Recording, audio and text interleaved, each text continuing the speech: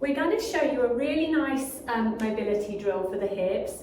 This is called the 90-90 switch, and this works internal and external rotation, which are two really important movements that the hips make. Okay, so you can see that Renee is sitting on the ground with her legs both at 90-degree angles. Okay, her front leg here, this hip is externally rotated, and on the back leg it's internally rotated.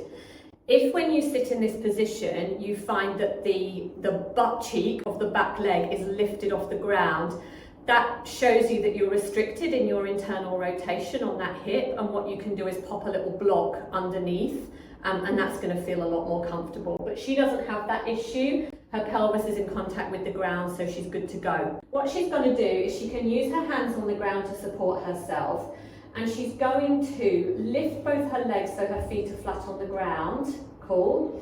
And then she's going to drop the knees down to the other side, so she's effectively reversed that 90-90 switch.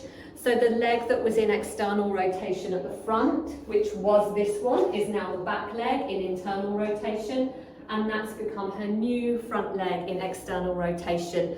So then she's going to keep on switching nice and slow and controlled between those two positions, and this is a real awesome bang for your buck hip mobility drill.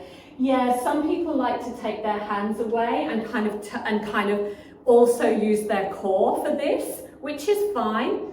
But really, if you really want to focus on the mobility of the hips, it's totally fine to use your hands. Have straight back.